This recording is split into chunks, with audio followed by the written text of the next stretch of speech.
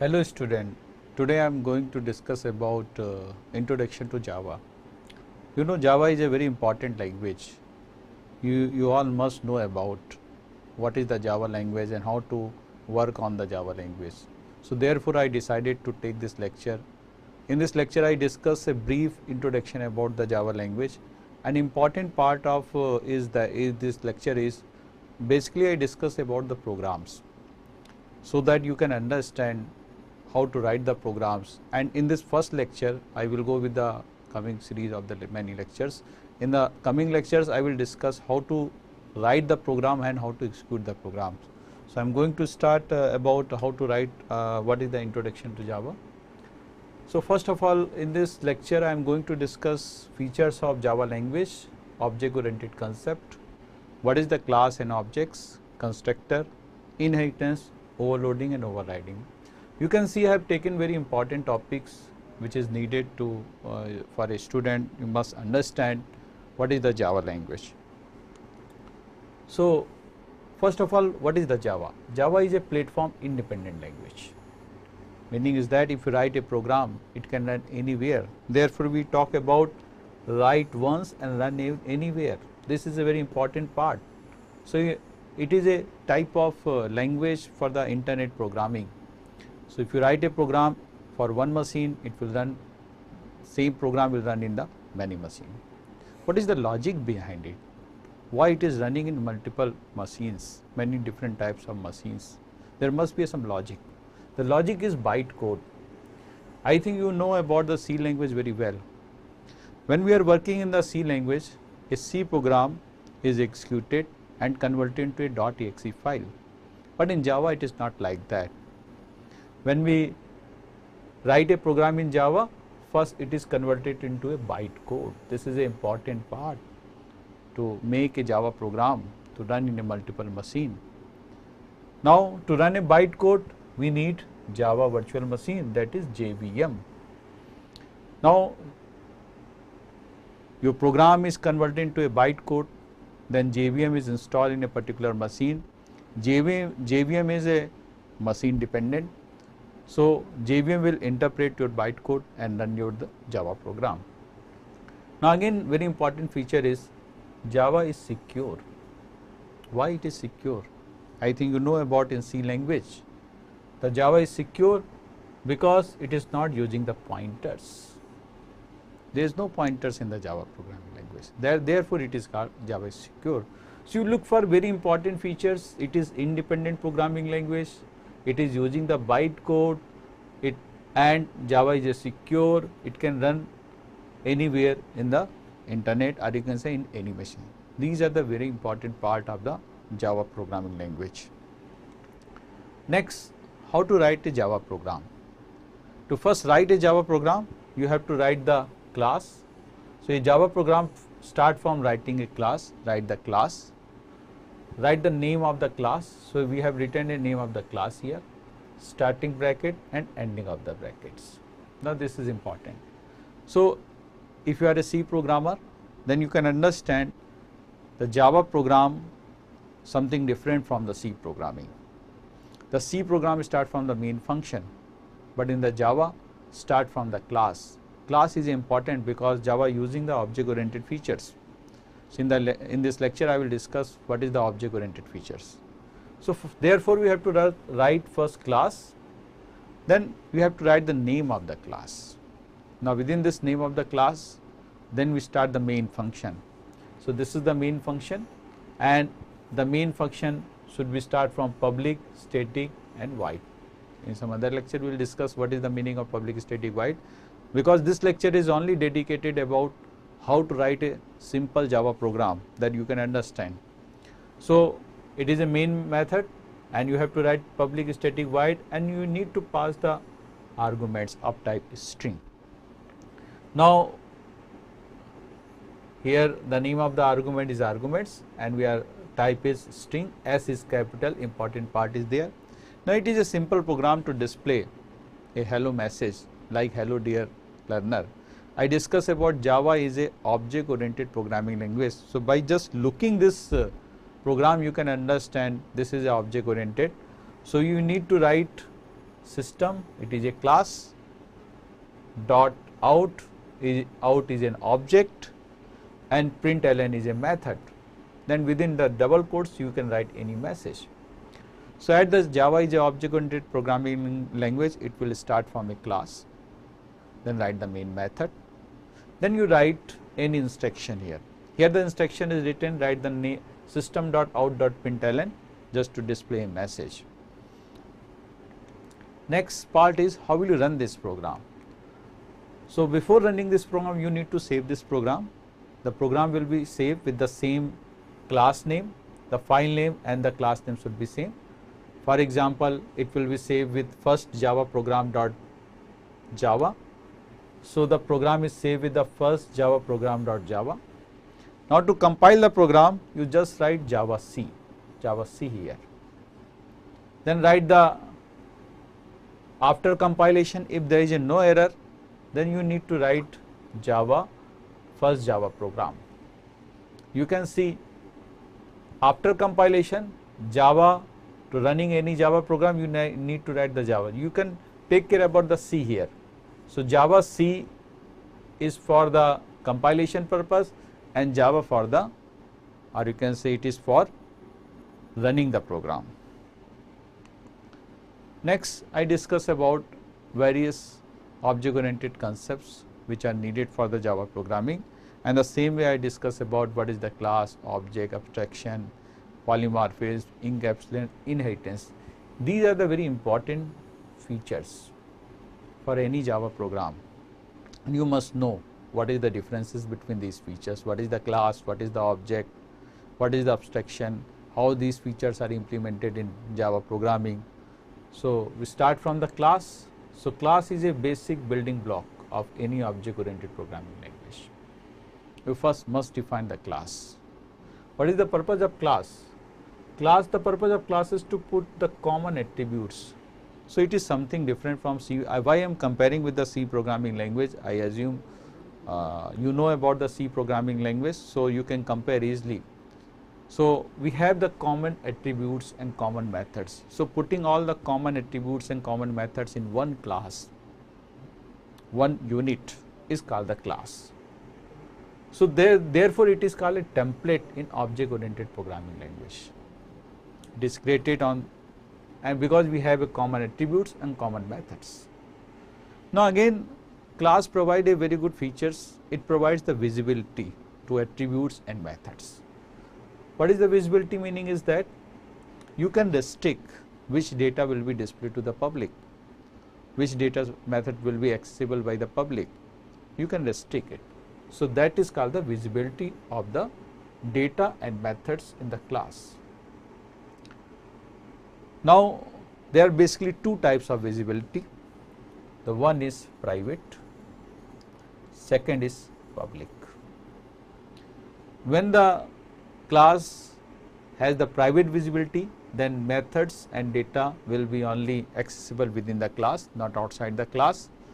If it has a public visibility, then method and data are accessible outside the class. So that is the basic difference between private and public visibility. Now see the example of the class. So we have created a class here. The name of the class is student. Now one variable is created, roll number. It is called an attribute. Now define a method. One method is defined, set data. Now we have defined roll number and we have initialized the value of this roll number with value 1, 2, 3. Now it is a simple class of student that consists of two methods, set data and show data. In the show data, we are doing system.out.println and we are displaying the roll number. So now you can see that it is a class that consists of one roll number and two methods. Now what is the object? Object basically instance of the class. We can say it is the variable of the class. So when the class is generated, we are creating the variable of the class we call as an instance of the class. Now object consists of variables and these variables can be accessed with the help of the methods. So when we create the object, it consists of all the variables of the class and methods of the class are called with the help of the objects.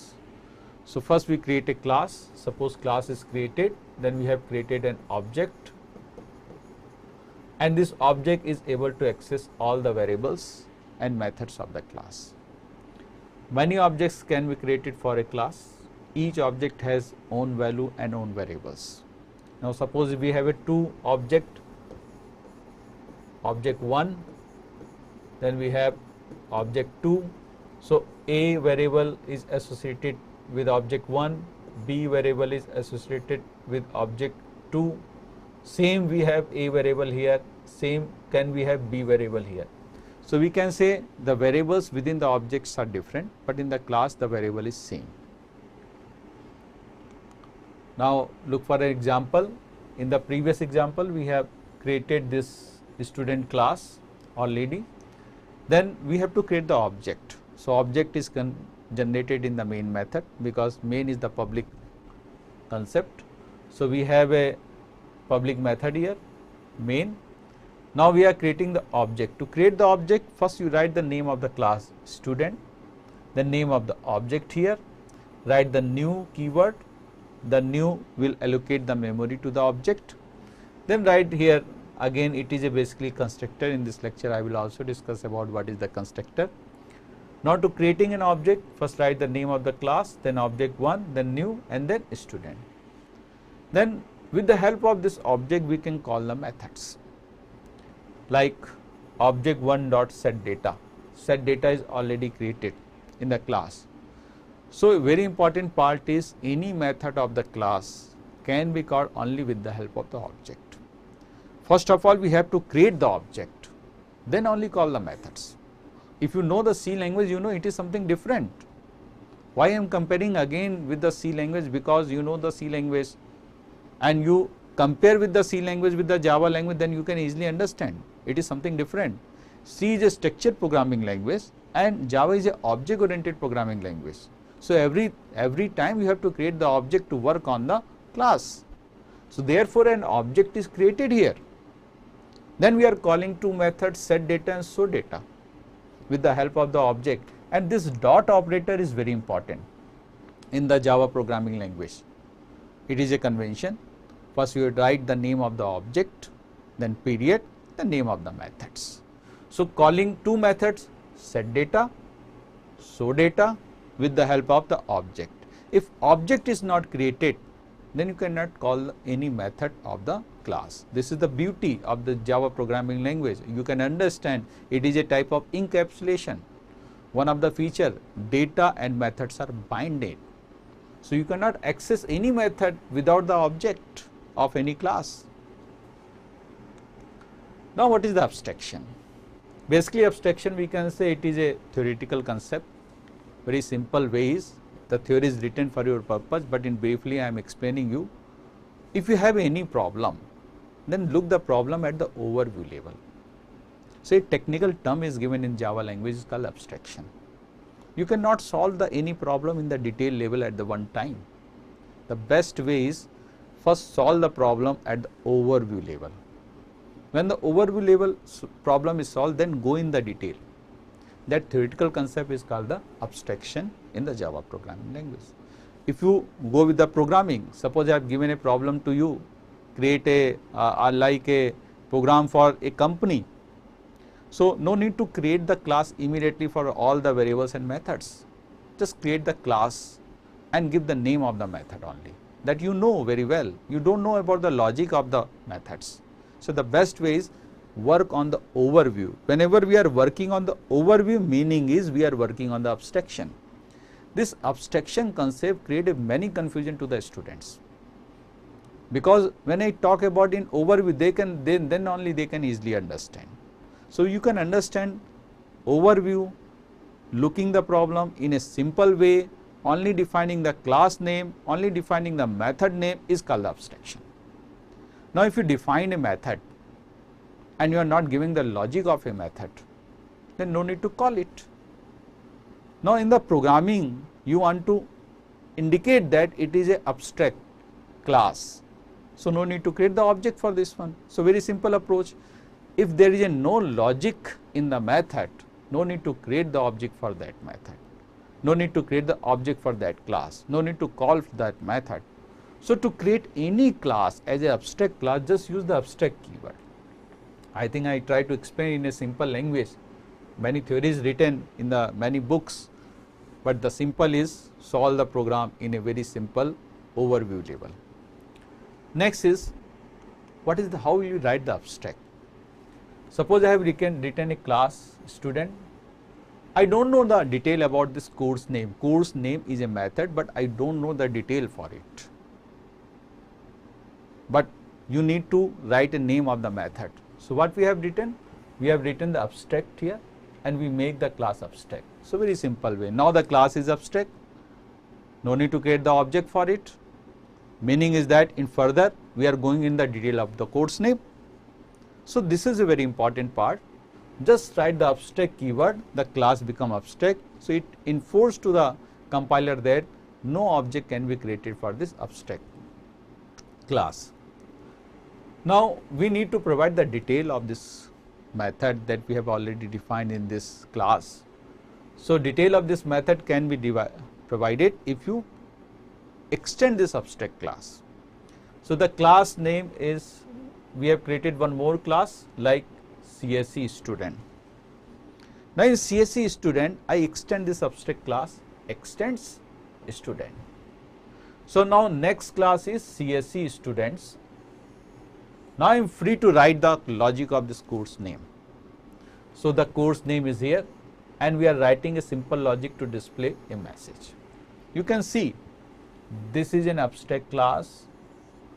This is a class that is extending this abstract class to provide the logic of abstract methods. Because at the time of creating this abstract class, I don't know about what is the logic. When I understand this is the logic, I create new class and extend this abstract class and providing the logic for this method. So that is the beauty of the abstract class. Next, I want to execute this, create the object. So you can create the object of CSE student, not any abstract class. So one of the class again is defined, one method is defined, main.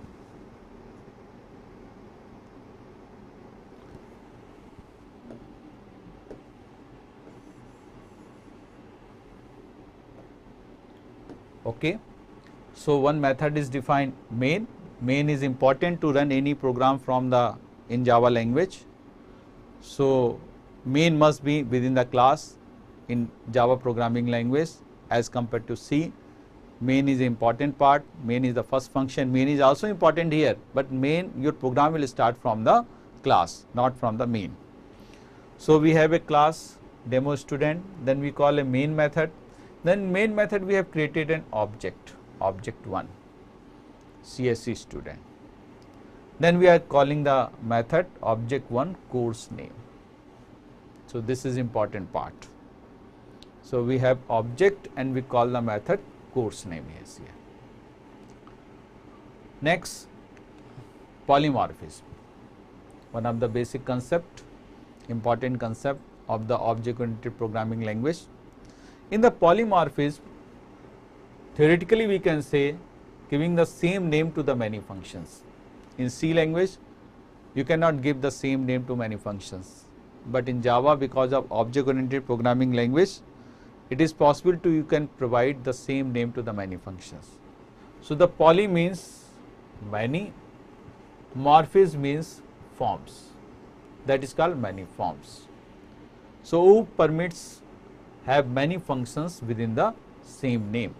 So that is called the polymorphism. Same name with many functions is called the polymorphism. It is not in C language. Now see the program. How will you provide the polymorphism in C language? So first of all, we have created a class polydemo. Then we can see we have a 3 print function, print, print and print. How it is something new feature in Java language, something different, something good feature in Java language, not provided in C language. We have many methods with the same name, print, print, print, even though argument is different. In the first print we have the first argument, in second print we have the 2 argument, and in the third print we have only the one argument. So we can say we have it is a polymorphism, print with the help of print method. Next we have to call the object, call the method with the help of the object. So we have a main method, we have a class print demo, and we have created the object here. Now we are calling the print method, object1.print, then object1.print here, again object1.print. Now important is the compiler will distinguish your print method because there are many print methods on the basis of your arguments. Suppose we have a one argument, so it will call this first print method. If we have a two arguments, it will call the second print method. If we have again one argument of type character, then it will call the third print methods. So we have a different methods, and these different methods are differentiated with the help of the arguments, but the name of the function is different. Name of the function is same. That is called the polymorphism. Next is encapsulation. It is one of the theoretical concept. So what is the meaning of encapsulation? Is putting the data and method in one place. Which place is there? Obviously the class. In the class we have the variables also, we have the methods also, though it is a concept of the encapsulation. You cannot access the methods and class without creating the object. First of all, you need to create the object, then only you can access the data and methods. That is called the encapsulation. So data and methods declared within the class are called the member variables and member method. These are the technical names. When we define within the class, we have a member variable and member methods. Now look an example again. So we have a student class name, as I already discussed. Now you can see we have a variable and we have a methods here. All are encapsulated within a class. The class name is student, and you cannot directly access the roll number, name, set data, display data because of the encapsulation feature of the object oriented. You need to create the object here. So the object is created here. Object 1 is created here. Then we are calling the set data and passing the arguments here, and we are calling the display data because display data is taking no arguments, so it will call itself and it will display the output. So you can see here data and methods are within the class. That is the feature of encapsulation. Next concept is inheritance. Now inheritance also very important feature in object oriented. We have created one class and class can be extended.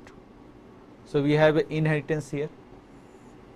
Inheritance extend the features of a class.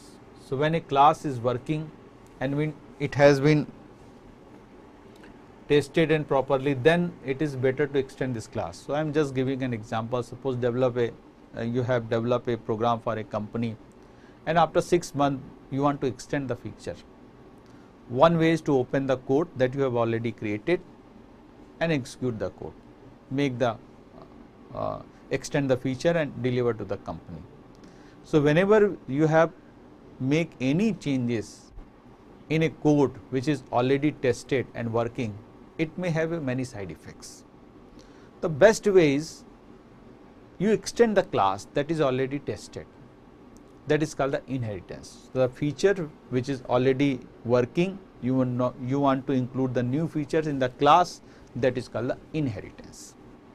So another way of using the inheritance is to make further classes more specialized. So you can say super class is of generalized features. When you extend the class again and again, your feature is specialized. So you are making the generalized class to the specialized class, then only you can use the inheritance.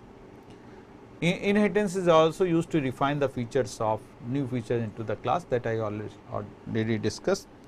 Now important part is how will you use the inheritance.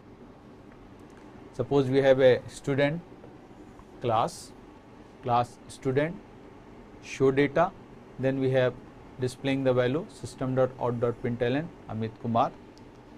Then we have a class job and extend the student here. Now we have a show object here. Okay. Now this, with the help of this extend keyword, you can extend any class. So in this case, student is the superclass and job is the subclass. So you can see here, show data already available in this child class. So it is called the superclass. It is a superclass.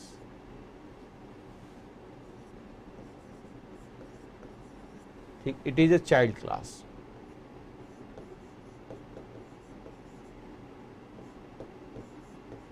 It is a child class. Okay. So all the methods of the superclass will be available in the child class because it taking the features of the superclass also. So that is the inheritance. Now next I want to discuss about bytecode, especially what is the bytecode. Bytecode is a very important part. So Java compiler does not convert a Java program into the executable program. First of all, it is converted into a bytecode and it is highly optimized set of instructions and it is executed by software Java virtual machine, and bytecode is interpreted by the JVM. So generally other programming language convert C and C++ into a .executable file immediately, but in Java it is not converted into a .exe file. It is converted into a bytecode, then it is executed by the JVM. So converting a Java program into bytecode provides portability. I already discussed. You have defined one program that will run anywhere. Now JVM is different from platform to the platform. We have a different machines. So we need a software to run your Java program. That is called JVM. Remember, the JVM for different machine will be different. For Intel machine it will be different. For Apple machine it will be different. For JVM for any different type of machine, if architecture is different, we need different JVM software. But bytecode will be same. Now JVM interpret bytecode. Remember, it is interpreted, not the compile. So before compiling the converting into the bytecode, your source code is compiled to the bytecode, then bytecode is interpreted by the JVM. So Java, this is a very important part. Remember, Java compiler compiles the Java program and produce the bytecode. JVM interprets the bytecode to execute Java program. So bytecode is highly optimized code, therefore it does not affect the performance of Java program when it is interpreted by JVM for execution. Now what is learning from this slide? Learning from this slide is your source code is compiled into the bytecode and then bytecode is interpreted by the JVM software. Next is Java constructor. Next we discuss what is the Java constructor. This is an important part. Constructor is defined in the class and name, it is similar to the method in the class. Important part is constructor name is same as the class name. Constructor does not have return data type. Constructor can receive arguments. Constructor is used to create and initialize the object. If constructor is defined in the class, then Java, if constructor is defined in the class, then Java provides default. If constructor is basically, if there is no constructor in the Java, then Java provides the default constructor. So it is a theory part. Let's see a program. What an important part is, name of the constructor is same as the class name. So you can see here, the class name is student, and where is the constructor? This is the student. This is the constructor. So student, it is a constructor. Job of the constructor is to initialize the variables. So two variables are defined here, roll number, name. At this time it is not initialized, it is initialized at the time of constructor. So we have the roll number and name. We have assigned the value to roll number and name. Then we have a display function. Now important part is constructor is to initialize the object. So we have a main method. We have a student class. Name of the object is S1. Name of the student object is S1. So here you can see when the S1 is created, automatically it will initialize the variable roll number to 10 and variable name equal to Rajesh. How it is possible? It is possible only because of the constructor. If the constructor is not defined, then initialization is not possible. So it is your responsibility. If you are defining a constructor, then initialize the variables. This is the important part. We have an object, at the same time it is initialized with the help of the constructor. Then you can display the value with the help of S1 dot display. So what is the purpose of constructor is to define the object at the time of creating the object, to define the object as well as initialize the object at the time of creating the object. So this is the purpose of the constructor. Next is parameterized constructor. So when we pass the arguments to the constructor, we call as a parameterized constructor. So parameterized constructor are used to initialize the variables from the users. See the example. We have a student class, roll number and name. Then we have one constructor, student, and we are passing the arguments to this constructor R and N.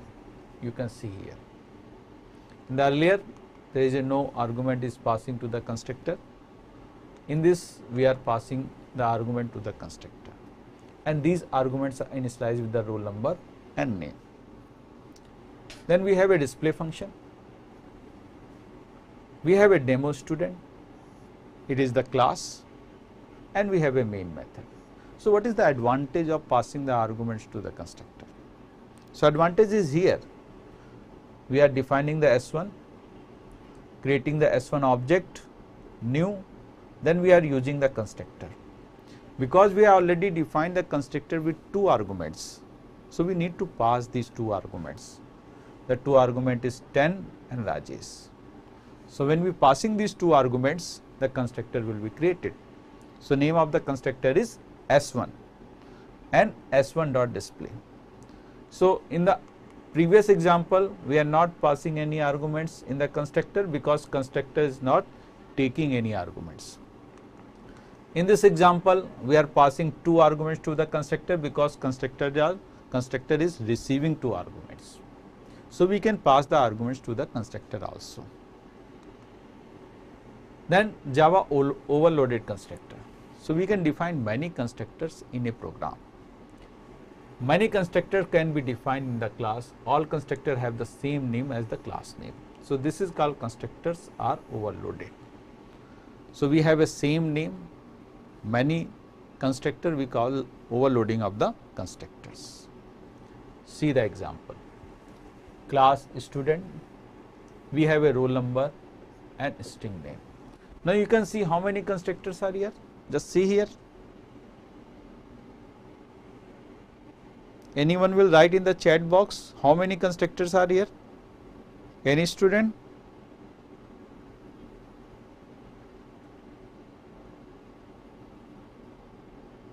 Yes, write in the chat box. How many constructors are here?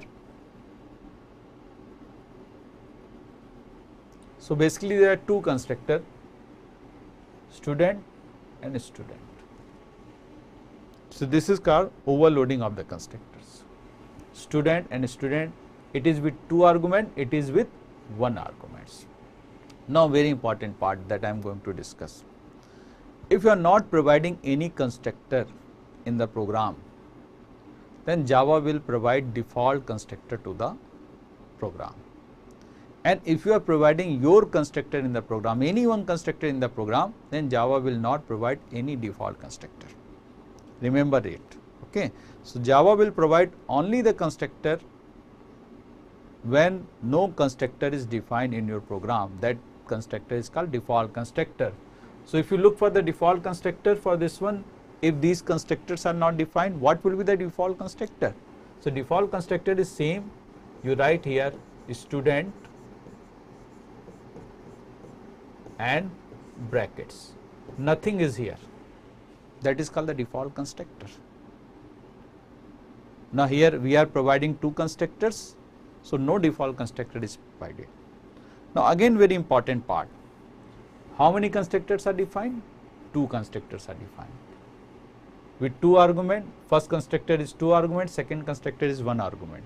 So if we try to call an object, just see here, we are calling these two objects S1 and S2 with two argument, one argument.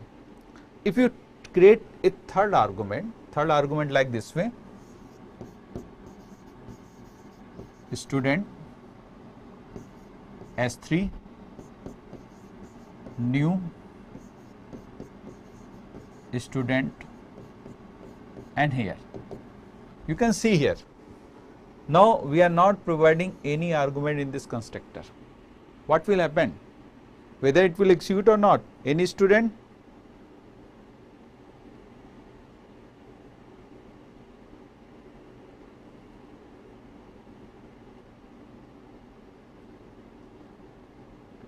Yes, any student, what will happen?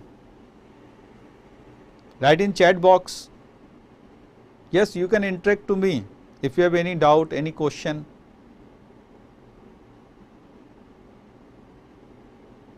Yes, any student write in chat box whether this statement will execute or not.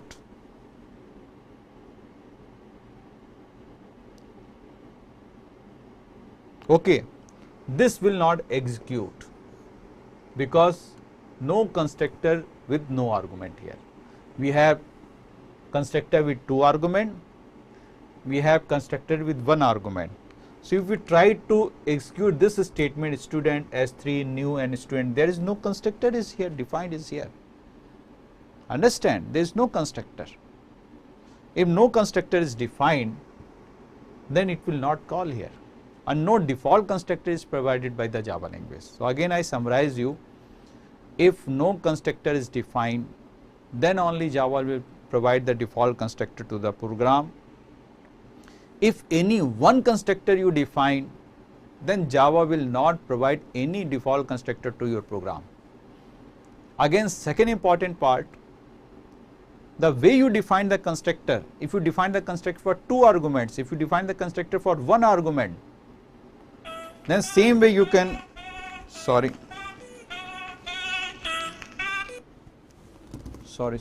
then you can define the, again I am repeating the second statement.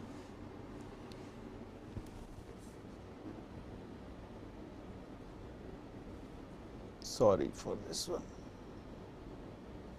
Okay. Again I am repeating the second statement. If you define only one constructor here, then only your object with one constructor will be called. Okay. So you have to take care about this one. If you, the way you define the constructor, if you define two constructor here, two constructor you can call with two arguments, one constructor with one arguments. So we have defined only the two constructors here, and we have two constructor here. So this constructor will not be called. Copy constructor. Now again one important part, copy constructor. Here I discuss about only the constructors. Okay, student, you have any question you may ask?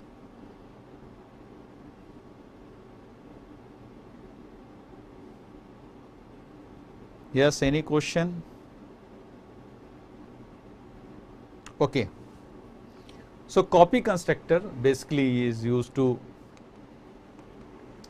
initialize an object using another object. We have an object, with the same object you want to initialize with the first object, then we call as a copy constructor. So it receive an object as an argument, assign data of object that receives to object of that is created. Okay, look for this one, see the program. class student. I am taking the same example again and again so that you can easily understand. I am taking same example of class student, same argument. So our focus should be to understand the concept. Okay. Now you can see here, any student can tell me how many constructor is here. Yes, if you interact, it will be better in chat box.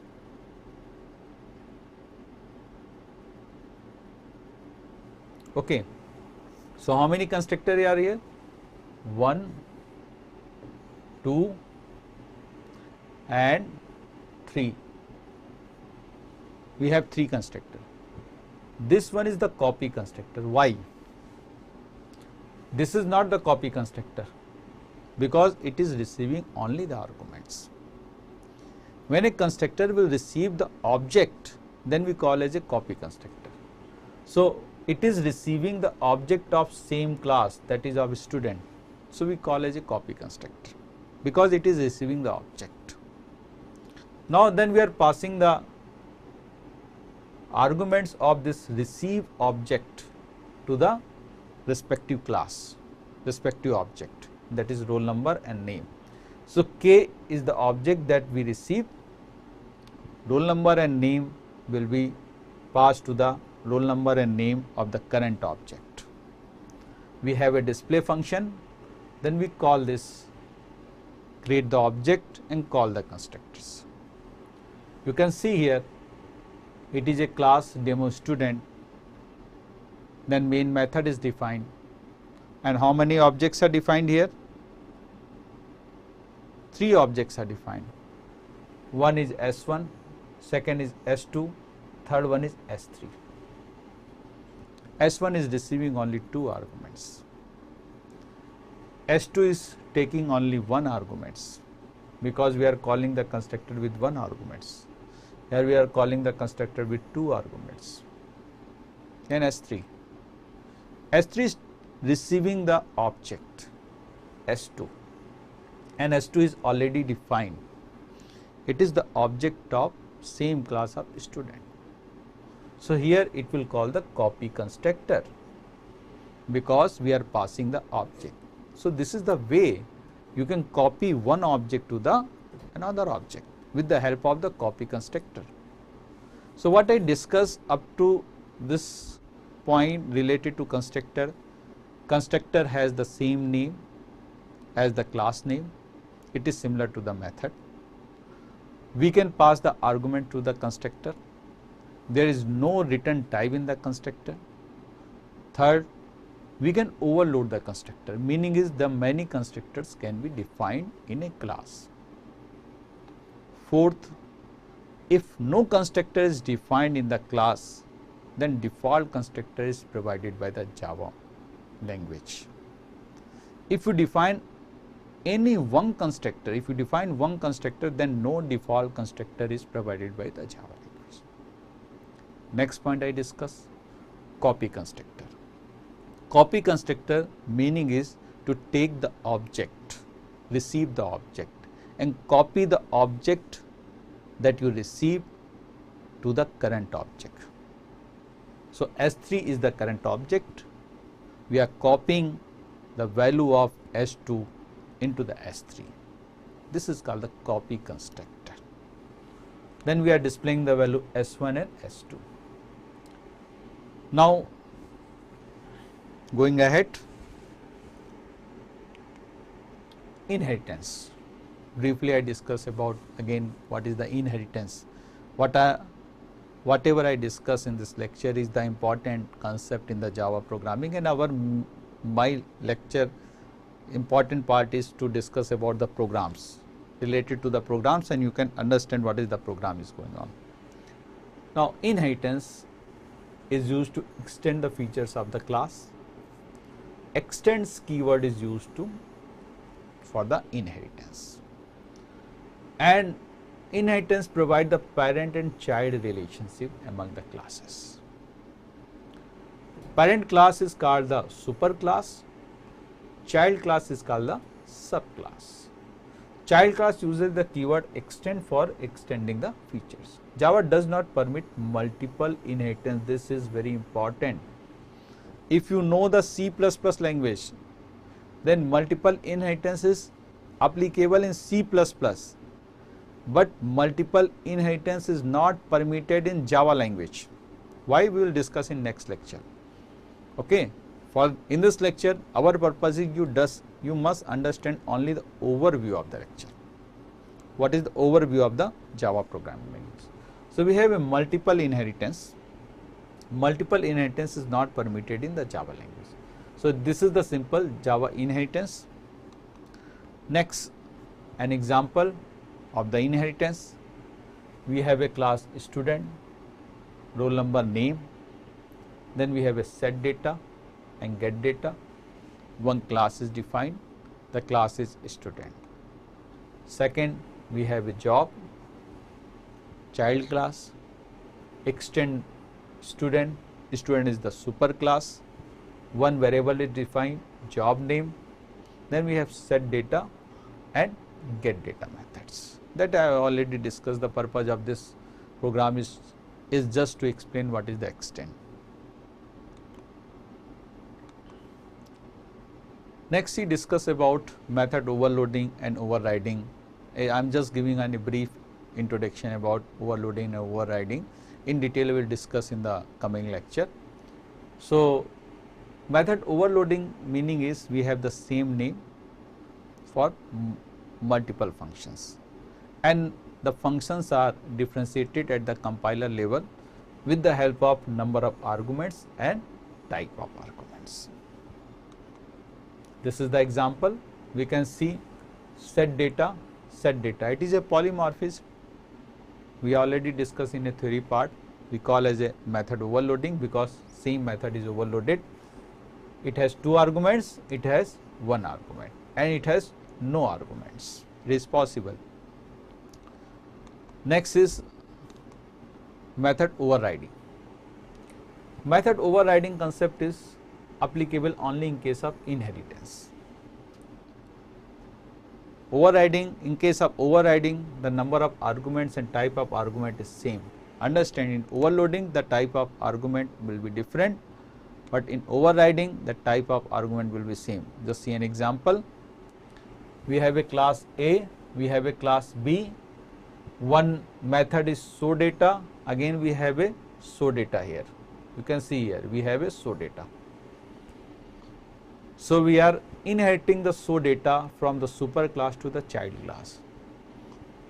Show data of the super class will overwrite the show data of the child class. That is called the overwriting. So in case of overriding, number of argument is same, no argument here, number of argument is same because no argument is here. That is called the overriding. So when the super class, we have a super class method, we have a child class method. So child class, when we inherit it, so this method will generally override it, override to the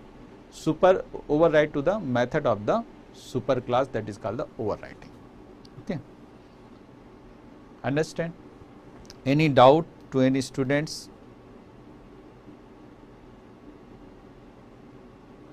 Understand overriding features. Show data of child class is overriding the show data of the super class. That is overriding feature. No arguments, no argument here. That is the number of argument is same in case of overriding, but number of argument will be different in case of overloading. Okay. This is the way of calling the method. We have created the object 1. We are using set data and show data. Yes, any doubt? Student, you may ask any question.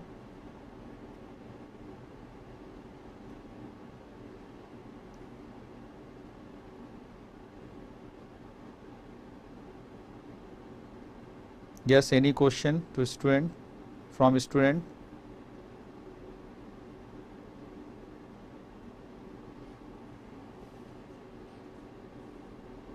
You may write in chat box.